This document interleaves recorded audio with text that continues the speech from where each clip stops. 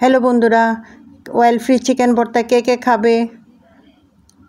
পেঁয়াজটাকে দেখো বারিক করে কেটে নিলাম, কদ্দুকস করে নিলাম। তারপর লবণ স্বাদ অনুসারে দিয়ে ভালো করে মেখে রুটির সঙ্গে অয়েল ফ্রি চিকেন ভর্তা খেতে খুব ভালো লাগে।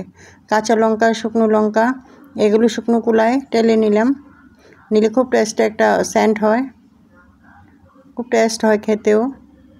এগুলো দিয়ে ভালো করে মেখে নিলাম।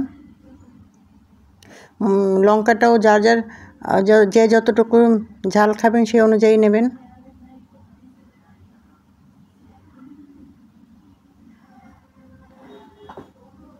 তারপর মাংসটা আগে থেকে বয়েল করে রেখেছিলাম, সেই বয়েল মাংসটাকে, নরম মাংসটাকে কুটি কুটি করে কেটে নিয়ে পেঁয়াজটার সাথে একদম ভালো করে মিক্সড করে নিলাম।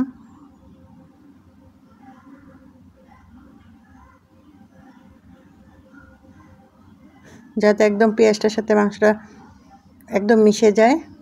তারপর লেবু রস না দিলে কিন্তু কোনো টেস্টই হবে না। লেবু রস দিতে হবে। লেবু রস দিয়ে আরবার ভালো করে একটু মিক্সড করে নিলাম। রুটির সাথে বা ভাতের সাথে খেতে খুব ভালো লাগে, বিশেষ করে রুটির সাথে খেতে খুব ভালো লাগে। অয়েল ফ্রি, যারা তেল খেতে পছন্দ করেন না, সবসময় ভালোও লাগে না তেলটা, তখন অয়েল ফ্রি চিকেন ভর্তা বানিয়ে খাবেন। যাদের ভালো লাগে একটা কমেন্ট করে জানাবেন।